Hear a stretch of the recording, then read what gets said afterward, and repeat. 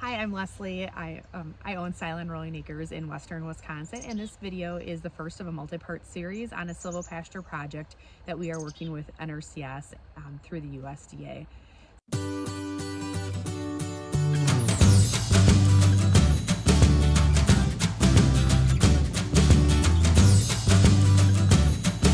Is focused on taking an old growth savanna and restoring it back into its actual state, and so that it has included removing lots of buckthorn, doing pollinator plantings, and also adding trees back into the oak savanna itself. So it's a little bit of extraction and also establishing more tree cover within our area of oak savanna. Now, I took a lot of videos and photos over the years of this area on our farm. We have been using our goats to start with. If you follow us here or anywhere else on social media, you know we raise goats and sheep too. And our goats, we've been using in our wooded area to help us with buckthorn management and other invasive species, and use it as part of our grazing plan. But there's a limit to how much goats and small ruminants, or any ruminant really, can do to help do restoration work. We were sitting in a place where this area of our farm was so overgrown with buckthorn that the trees itself were probably 60 to 80 years old. They're more like big, thick trees that, yes, the goats could nibble on the leaves and maybe strip the bark off a little bit, but they weren't going to be really doing a lot of damage. If we were actually going to make further strides, we needed to actually get a little bit more aggressive in our approach and work alongside other experts in this field. We started with working with our NRCS office, working with a forestry plan, and looking at how our woods, how we can best manage that, and also how it plays into a role with our farm operation. And then from there, we worked on a conservation project to actually restore this oak savanna and help set the foundation so it can continue to thrive in the future. So where I'm at now, I'm actually looking out at behind the camera is where the oak savanna area where we've done the bulk of our work in this area in our woods. But behind us is an area that we haven't yet touched. And this is going to be, as we finish up the project that's behind us, we now have the tools and the experience of understanding what's worked well for our area, our equipment, the resources we have access to, and how we can continue to work through the rest of the oak savanna and the buckthorn that's existing on our farm. You might wonder, well, why are you leaving this all up while you're working on the other section? There's only so much you can kind of cut off and work on at one time, so that's the reality. While we know that having the buckthorn nearby the site where we're working on has the potential to reseed or regenerate more buckthorn in this area, we are really conscious of how we manage this site going forward.